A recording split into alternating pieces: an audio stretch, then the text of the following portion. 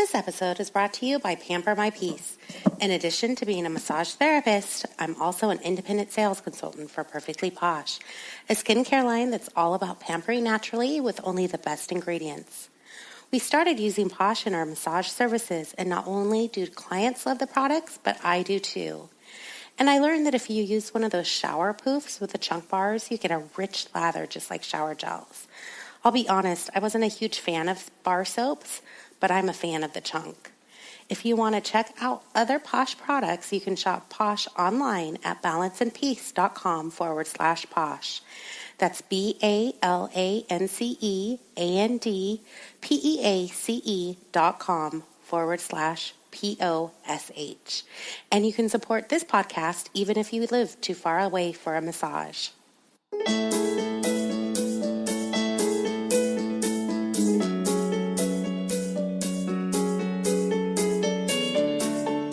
I'm a massage therapist, but I don't care if my sheets match when I'm giving a massage.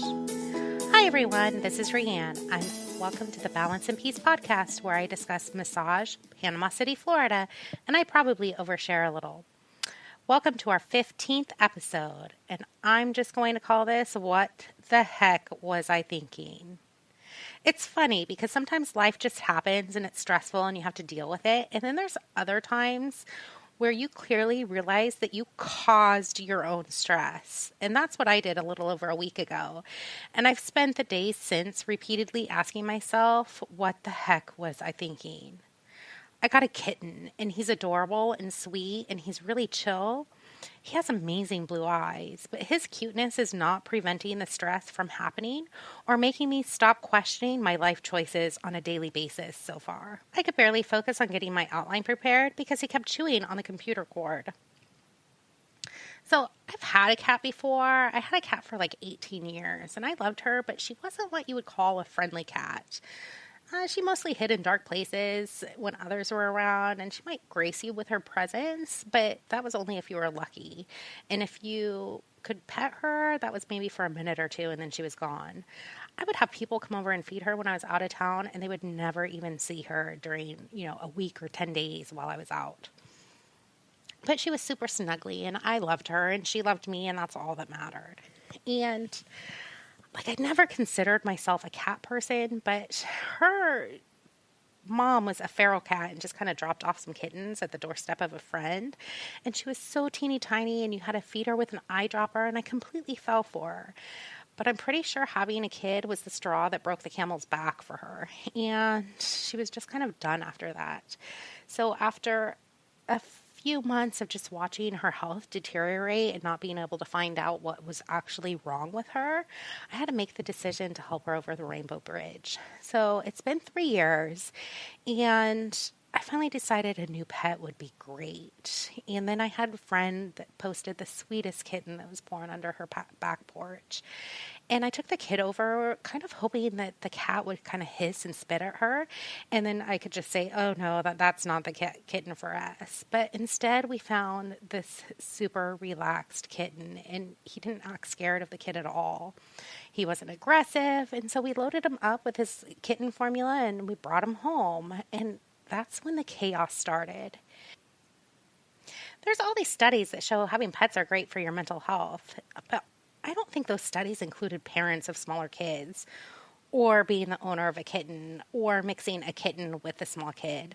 Those studies were for single people and retired older people, not moms of 3-year-olds. So in general, kids struggle regulating emotions. They have a lot of them, but they're not able to identify them or know exactly how to deal with it. And heck, people struggle with regulating emotions and identifying and expressing them. I think it's a real issue in our society as a whole. We just lack emotional intelligence. But that's a whole different podcast. So I have this 3-year-old, and she is excited, and she's full of emotion, and she is so full of love. So full of love that she might squeeze the kitten to death.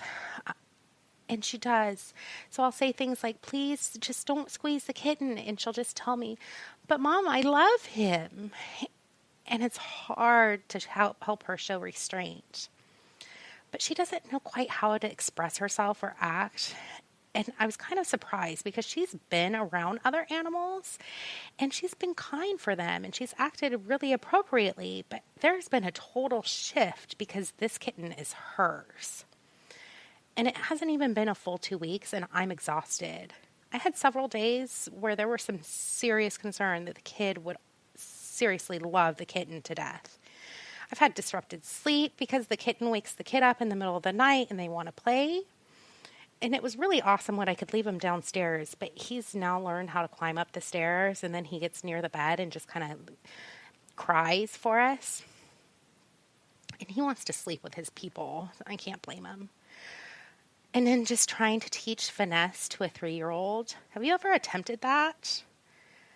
Drinking game for words like be soft or gentle would probably kill me from alcohol poisoning. I can't even count the amount of times that I've said those in the last 10 days. And then we've been setting and enforcing boundaries. We now have a 1-hand, 2-finger rule. And for people that don't know the context of that, it sounds a little bit wrong, but she is allowed to touch the cat with 1 hand and then just 2 fingers for petting because she would just, the grabbing of the cat or the squeezing it or using her whole hand, and the kitten would seriously fit in the palm of my hand. I think he's barely bigger than the size of her 2 hands combined.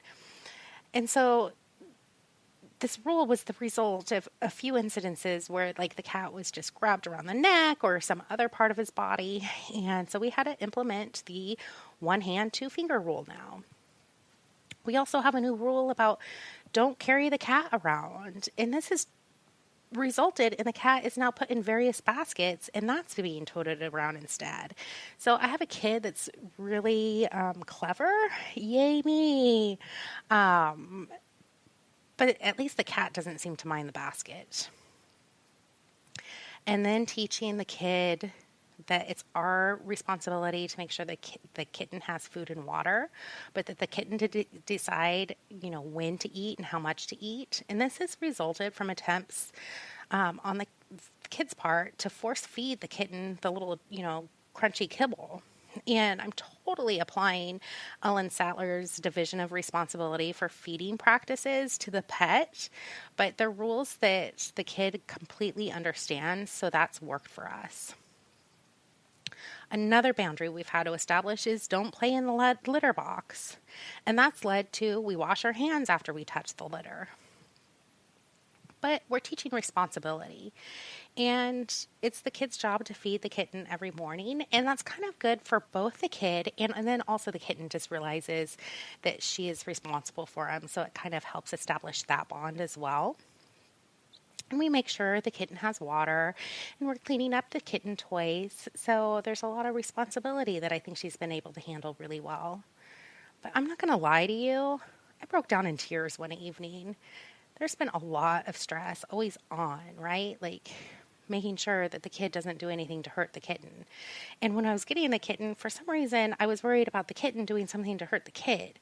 But that's not been the case at all. And then the anxiety of all like the what ifs that could happen. Oh, he could jump down out of that basket and hurt his leg. Now that he's jumping up on the couch and down from the couch, I feel like he can handle that a little bit more and I'm not as concerned. But there were some concerns about being squeezed to death. And I've had some really big reactions.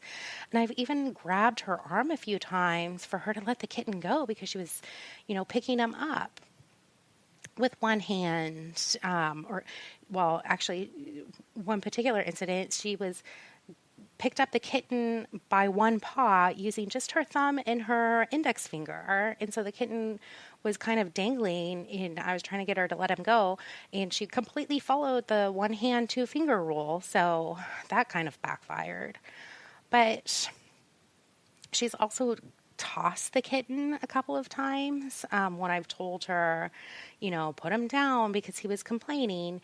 And she kind of got mad. And I don't blame her. It's a little hard to have somebody that's being naggy Sue on you all of the time. And I don't want to be that mom that screams and yells. So it's just been really hard. And I don't want to try to hide my emotions from the kid all the time. So when she actually saw me crying, she asked me what was wrong and if I was okay. And that just kind of melts your heart a little bit because you want to have a child that's sympathetic. And so, when I told her I just was having a hard time because I didn't want to be yelling and screaming all the time, she told me, okay, just take a nice deep breath. And I totally giggled because she said breast instead of breath. And the kid got really upset. And she grabbed my face and turned it towards her. And she said, "Are you fooling with me?"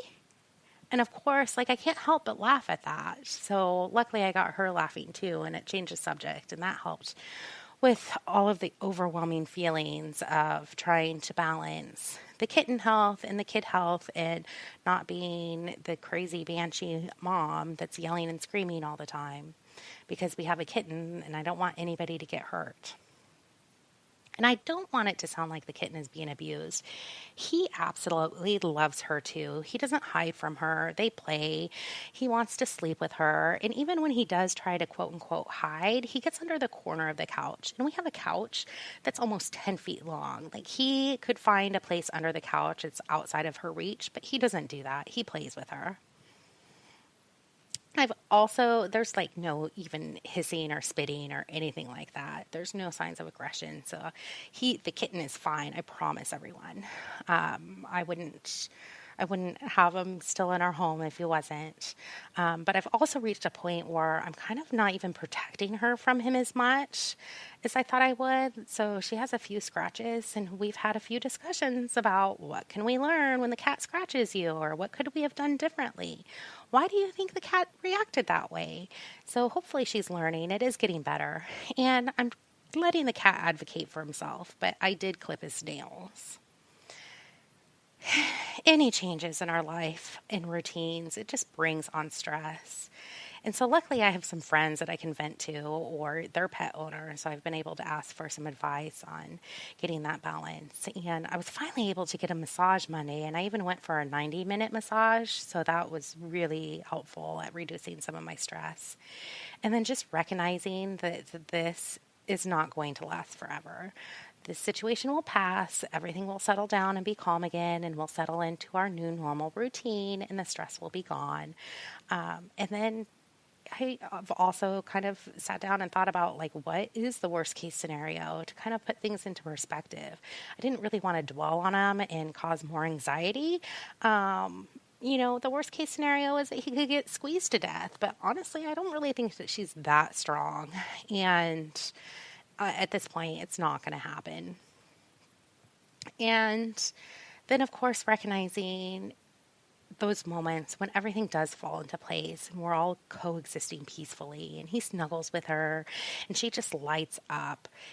And for a split second, my heart is super happy, and then it's over, and I have to remind her to be gentle. But those periods of perfect harmony are starting to become more common, and they are starting to last longer and longer.